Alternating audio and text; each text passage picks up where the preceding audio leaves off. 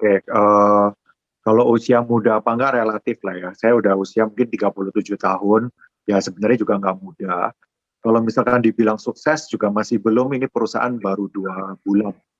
Baru running 2 bulan, jadi menurut saya kalau orang tolak ukurnya nganggap ini udah sukses, menurut saya ini masih belum. Terus kalau background, saya sebenarnya juga orang biasa-biasa saja, saya kuliah perhotelan, tapi saya udah dari sejak tahun 2008-2009 udah broker. Dari dulu memang broker.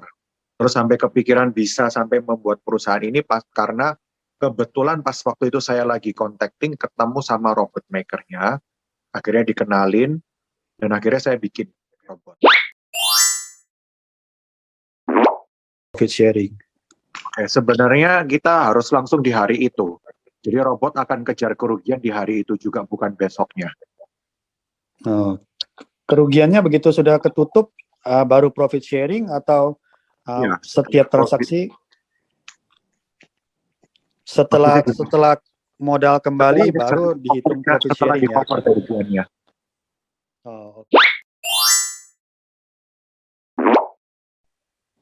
Kan tadi saya sudah sebutkan juga trading kita kan 100% buy robot ya.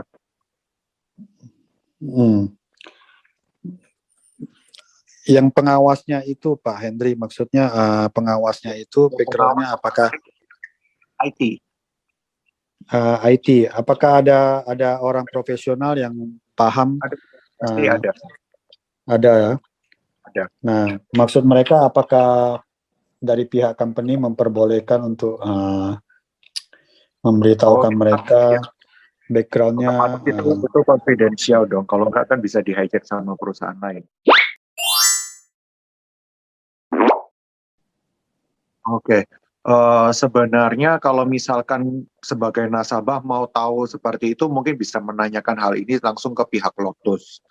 Tapi yang saya tahu itu pun kalau misalkan di broker lokal yang under Bapepti pun itu juga kayaknya nggak bisa deh. Kalau misalkan mau tahu kayak misalkan broker terus pedagangnya mau tahu transaksinya kayak gimana-gimana, setahu saya walaupun yang under Bapepti pun itu belum bisa seperti itu. Oh, semua masih konfidensial ya Pak? Kalau iya, yang setahu saya yang di broker lokal pun yang under Bapepti juga kayaknya nggak bisa soalnya. Tapi kalau misalkan ada nasabah pun yang mau menanyakan hal ini pun bisa sebenarnya ke pihak Lotus.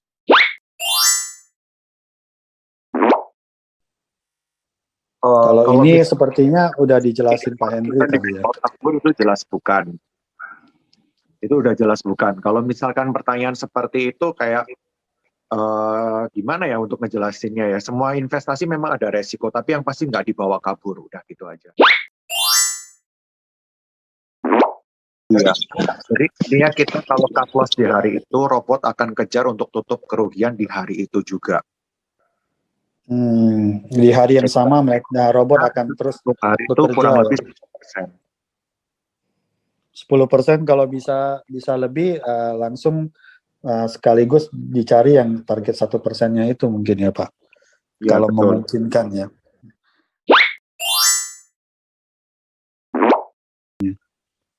Kalau kayak saya bilang hilang semuanya itu enggak, karena kita sudah pasang yang namanya stop loss di 10%. Jadi kalau misalkan hilang semuanya, ya mungkin di withdraw. Di withdraw yang uangnya habis.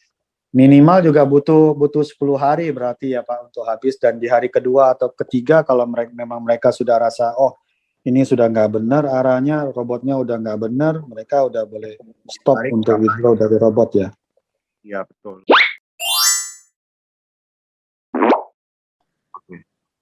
Untuk research-nya sendiri itu kurang lebih dari tahun 2020, 2019 akhir 2020.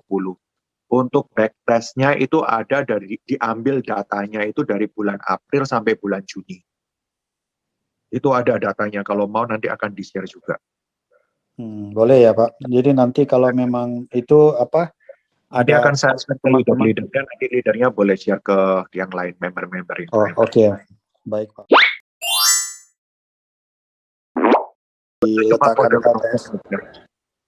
Cuma kode broker nggak ada masalah apa-apa kok itu.